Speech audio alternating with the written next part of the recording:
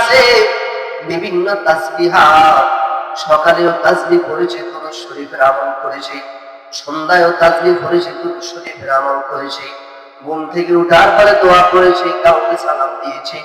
এবারে ছোট ছোট যত নেক আমল আছে, কোন নেক আমল বান্দা ছাড়ে নাই।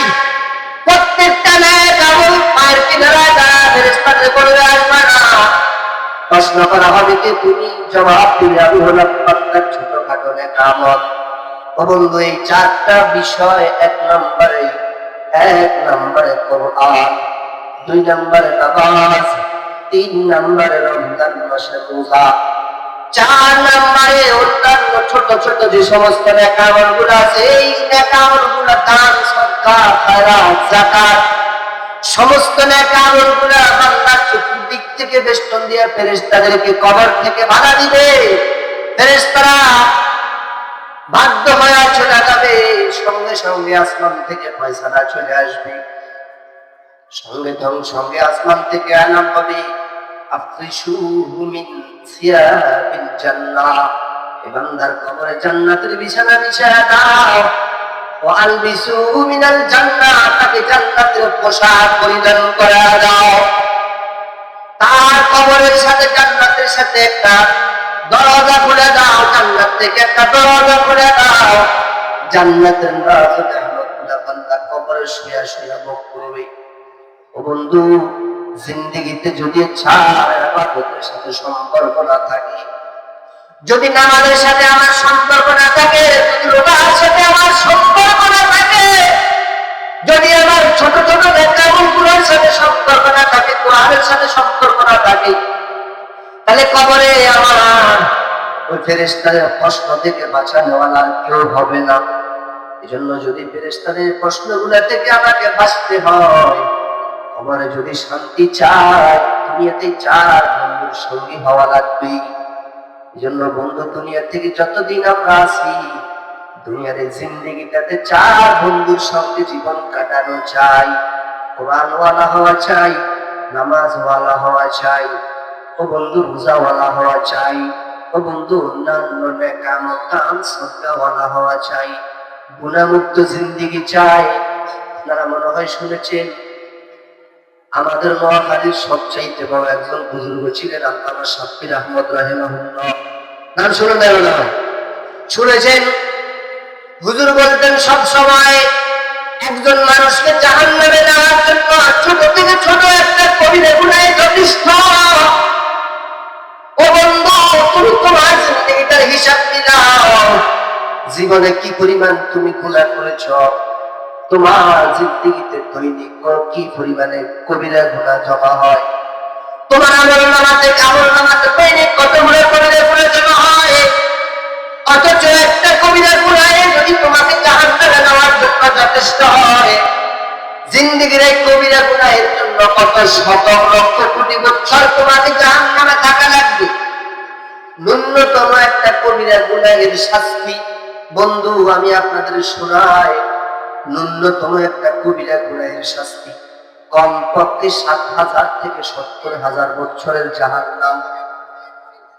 7,000 বছর থেকে নিয়ে 70,000 বছর পর্যন্ত জাহান্নামে থাকা লাগবে, শুধুমাত্র একটা কবিরা গুনাহের কারণে। ও বন্ধু, মিথ্যা কথা বলা কবিরা গুনাহ, গীবত করা কবিরা গুনাহ, শিকায়াত করা কবিরা গুনাহ, চোখের খেয়ানত করা কবিরা গুনাহ, চোখের খেয়ানত করা কবিরা গুনাহ। বন্ধু, এবার তুমি বলো, তোমার জিন্দেগিতে কি পরিমাণে কবিরা গুনাহ জমা আছে, তোমার আমলনামায় কি পরিমাণে কবিরা গুনাহ আছে। বন্ধু, যদি তোমার জিন্দেগির এই গুনাহ থেকে মুক্তি না হও, কবিরা গুনাহ মুক্ত জিন্দেগি যদি না বাড়াও, না গঠন করা, যদি বন্ধু কবিরা গুনাহই তোমাকে জাহান্নামে নেওয়ার জন্য যথেষ্ট। আমি নামাজ পড়ি ঠিক করি, আমি রোজা ঠিক করি, আমি হজ করি, বাইতুল্লাহ তাওয়াফ করি, আবার যাকাত ঠিক মতো দেই, তাহাজ্জুদ নামাজও পড়ি, কিন্তু আমি আমার চোখের হেফাজত করি না। ও বন্ধু, আমি আমার জবানের হেফাজত করি না। বন্ধু, আমি আমার জিহ্বার হেফাজত করি না। তাহলে আমি জাহান্নামে অবশ্যই আমাকে শাস্তি ভোগ করা লাগবে। এজন্য যদি জাহান্নাম থেকে মুক্তি চাই, জান্নাত যদি কবরে যাওয়ার সাথে সাথেই চাই, এক নাম্বারে জিন্দেগিটাকে কবিরা গুনাহ জিন্দেগি গঠন করা লাগবে। হাদিসে আল্লাহ নবী বলেন, ইদা আযনাবাল আবদু যামবান, যখন কোন মানুষ একটা গুনাহ করে, কুতিতাত ফি কলবিহি নুকতাতান সাওদা, তার অন্তরে একটা কালো দাগ পড়ে যায়। একটা কবিরা গুনাহ করার সাথে সাথে অন্তরে একটা কালো দাগ পড়ে যায়। এভাবে কবিরা গুনাহ করতে করতে করতে করতে অন্তর যখন কালো হয়ে যাবে, এক পর্যায়ে অন্তরটা নাপাক হয়ে যাবে। আর এই নাপাক অন্তর নিয়ে কোনো মানুষ জান্নাতে যেতে পারবে না। কারণ আল্লাহ রাব্বুল আলামিন কোরআনে মাজিদে বলেন, ইয়াউমা লা ইয়ানফা'ু মালুন ওয়ালা বানুন ইল্লা মান আতাল্লাহা বিকলবিন সালিম। বন্ধু, তোমার কিয়ামতের মাঠে সন্তান সন্ততিও কাজে আসবে না, ধন সম্পদও কাজে আসবে না। কিয়ামতের মাঠে যে জিনিসটা তোমার কাজে লাগবে, পরিচ্ছন্ন একটা অন্তর লাগবে, পরিচ্ছন্ন একটা অন্তর।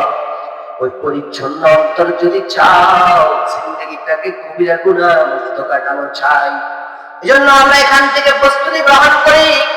হতে পারে এশার নামাজ আমি মসজিদে গিয়ে পড়ার সুযোগ হবে না। বন্ধু, আজকে রাত্রে ঘুমাবো, সকালবেলা ফজরের নামাজের সময় মসজিদে আনা হতে পারে। এজন্য এখন এই প্রতিজ্ঞাবদ্ধ হই, অঙ্গীকারাবদ্ধ হই, প্রতিজ্ঞা করি, আমি আমার জীবনে যতদিন বেঁচে থাকবো কখনো কবিরা গুনাহ করব না। সবাই পারি তো ইনশাআল্লাহ? সকালে হাত উঠে আল্লাহকে দেখায়, আল্লাহ জিন্দেগিতে যত কবিরা গুনাহ করেছি আপনি ক্ষমা করে দেন। প্রতিজ্ঞা করি, আল্লাহ আগামী জিন্দেগিতে আর কখনো কবিরা গুনাহ করব না। আর যদি ছোটখাটো গুনাহ হয়ে যায়, দয়া করে আমাদের ক্ষমা করে দিবেন। আল্লাহ তাআলা আমাদের সবাইকে কবুল করেন। কবিরা